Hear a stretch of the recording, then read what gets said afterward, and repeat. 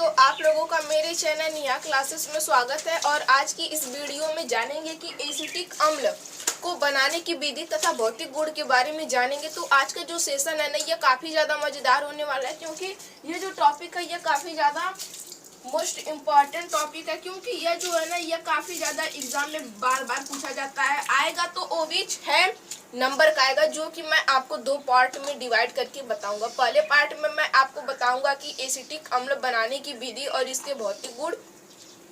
दूसरे पार्ट में मैं आपको बताऊंगा कि इसके रासायनिक गुण व उपयोग। तो आज के सेशन के लिए आप लोग तैयार हो जाइए। चलिए बिना किसी देर के वीडियो को शुरू करते हैं। पहले मैं आपको थोड़ा सा एसिटिक अम्ल से परिचय करा देता हूँ। एसिटिक अम्ल कहते किसे हैं? जो एसिटिक अम्ल होता है ना, यह सिरके का मुख्य घटक होता है। हाँ, वही सिरका जिसका उपयोग औरतें जो है ना, वह घर के अचार को बनाने में करती हैं। तो क्या होता है ना कि यह सिरके का मुख्य घटक होता है, इसलिए इसे सिरके का अम्ल भी कहा जाता है। ये सुने। और इसी की उपस्थिति के कारण जो सिरके का स्वाद होता है ना, वो खट्टा होता है। याद रखिएगा, इसी की उपस्थिति के कारण सिरके का स्वाद क्या होता है? खट्टा होता है, और इसे सिरके का अम्ल भी कहा जाता है। अब मैं मेन मुद्दे पर आता हूँ। जो मेन मुद्दा है कि निर्माण की विधि।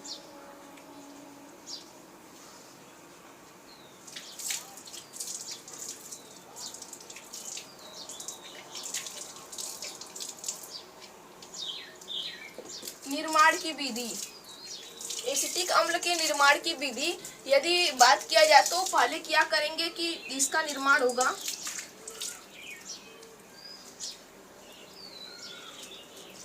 निर्माण की विधि। चलिए आज की इस सेशन को यहीं से शुरू करते। ये जो टॉपिक है ना, ये काफी ज्यादा मोस्ट इम्पोर्टेंट है। तो हम लोग करते क्या है कि जो एथिल अल्कोहल होता है, जिसका सूत्र होता है C2H5OH, जिसके बारे में हमने पहले ही क्लास में चर्चा कर लिया है। जब इसका हम लोग ऑक्सीकरण कराएंगे ना, तो क्या बनेगा? जब क्षारीय पोटेशियम परमैंगनेट की उपस्थिति में इसका क्या कराएंगे हम लोग? ऑक्सीकरण कराएंगे, तो क्या बनेगा? Acetaldehyde CH3CHO।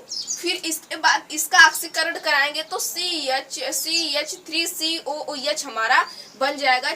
चलिए हम लोग यहाँ पर करके दिखाते हैं आपको। क्या करेंगे कि जब एथिल अल्कोहल का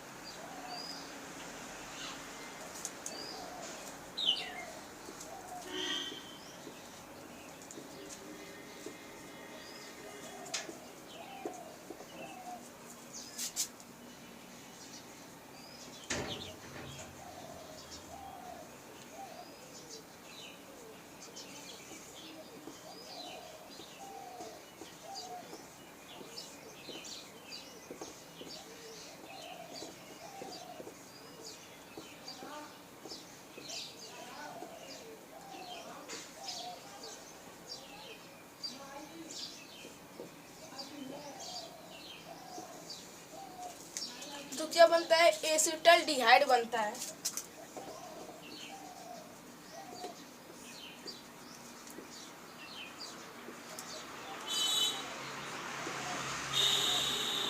जब इसका पुनः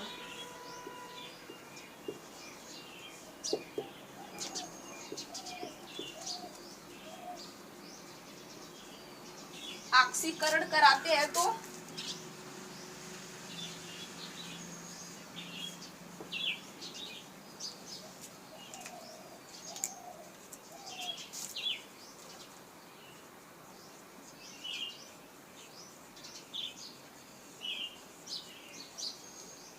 एसिटिक अम्ल बनता है।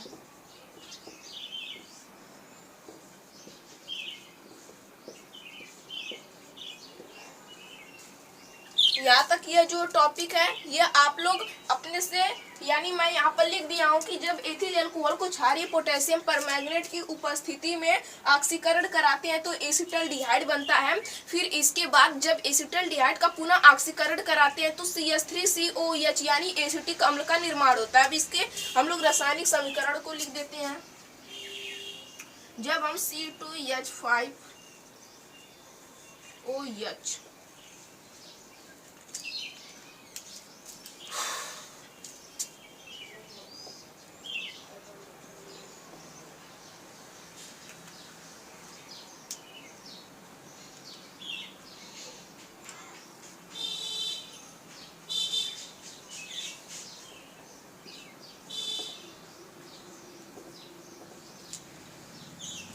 KMnO4 की उपस्थिति में जब इसका क्या कराते हैं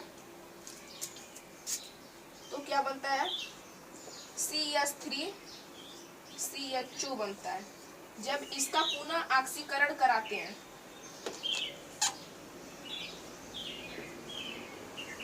नवजात ऑक्सीजन की उपस्थिति में कराते हैं KMnO4 तो क्या बनता है, CH3COOH। यही बनेगा हमारा। यहाँ पर रिएक्शन आप लोग देख सकते हैं कि निर्माण की विधि, जब एथिल अल्कोहल क्षारीय पोटेशियम परमैंगनेट की उपस्थिति में ऑक्सीकरण कराते हैं तो एसिटल्डिहाइड बनता है। लेकिन जब एसिटल्डिहाइड का पुनः हम लोग ऑक्सीकरण कराते हैं तो एसिटिक अम्ल बनता है। जैसे C2H5OH का ऑक्सीकरण हमने KMnO4 में कराया तो क्या बना, यहाँ पर देखिए 4 हाइड्रोजन, यहाँ पर 6 हाइड्रोजन, यहाँ पर यानी यहाँ पर जल निकल गया होगा। यदि देखा जाए इस अनुसार तो क्या हो जाएगा, यहाँ पर 2 कार्बन है, यहाँ पर 1 कार्बन 2 कार्बन कंप्लीट है, 2 कार्बन, यहाँ पर 6 हाइड्रोजन है, यहाँ पर 3 1 4 यानी 2 हाइड्रोजन निकल गया यानी H2, और यहाँ पर 1 ऑक्सीजन, यहाँ पर भी 1 ऑक्सीजन, यहाँ पर 2 ऑक्सीजन है, 1 निकल गया यानी H2O निकल जाएगा इसमें से। ये यहाँ पर आप लोग बना लेंगे तो बेहतर रहेगा। -H2O यहाँ से क्या हो गया, निकल गया, तो ये समीकरण जो होगा पूरी तरह से अच्छी तरह से बढ़ जाएगा। देखिए जैसे कि यहाँ से मैंने CH3CHO निकाल लिया तो बचा H2 -H2O मैंने लगा दिया। इसके बाद जब इसका पुनः ऑक्सीकरण कराएंगे KMnO4 की उपस्थिति में तो क्या होगा कि CH3COOH यानी एसिटिक अम्ल बनेगा। मैं इसका नाम लिख देता हूँ एसिटल्डिहाइड, एसिटल्डिहाइड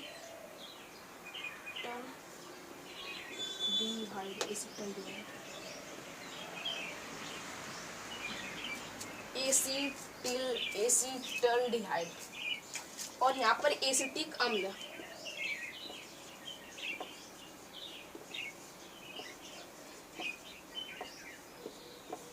और इसे तो बच्चा जान लेगा कि C2H5OH को हम लोग एथिल अल्कोहल कहते हैं।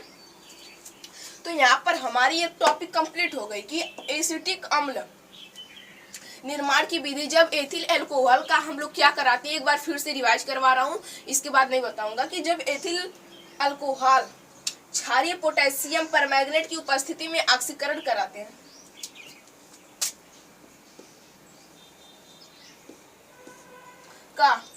क्षारीय पोटेशियम परमैंगनेट की उपस्थिति में ऑक्सीकरण कराते हैं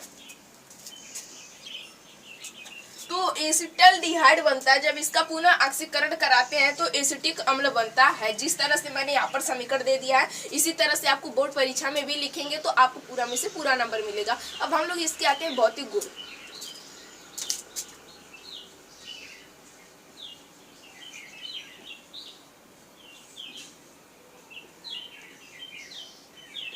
भौतिक गुण यानी इसका भौतिक गुण क्या होता है।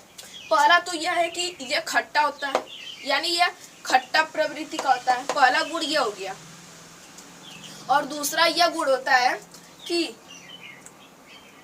यह रंगहीन होता है, यह रंगहीन होता है, दूसरा हो गया।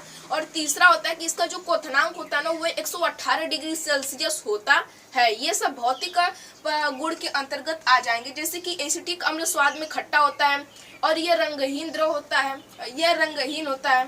फिर इसके बाद यह क्या होता है ना, इसका जो क्वथनांक होता है वो 118 डिग्री सेल्सियस होता है। ये तीनों बातें आपको लिख देनी है।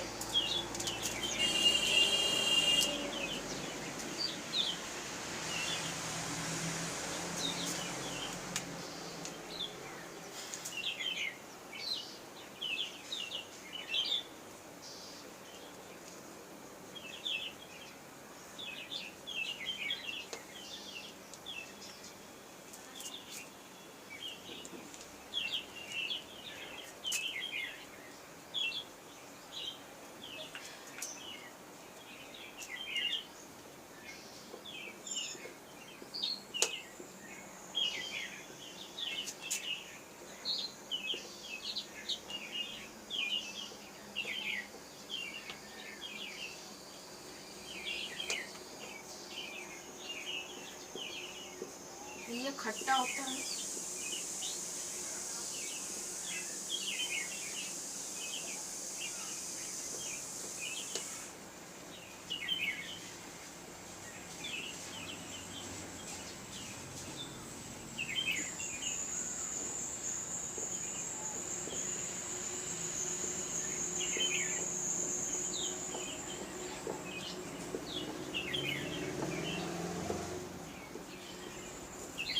इसका क्वथनांक कितना होता है? 118 डिग्री सेल्सियस होता है। थोड़ा इंक नहीं चल रहा है, आज मैं इंक डालूंगा तो आप लोग थोड़ा एडजस्ट कर लीजिएगा। मैं यहाँ पर अपने मुख से बता देता हूँ कि यह रंगहीन होता है, यह तीखा, यह खट्टा होता है। इसका क्वथनांक 118 डिग्री सेल्सियस होता है। इसके अतिरिक्त आप चाहते हैं तो यह भी लिख सकते हैं कि यह एक अम्लीय प्रवृत्ति का होता है।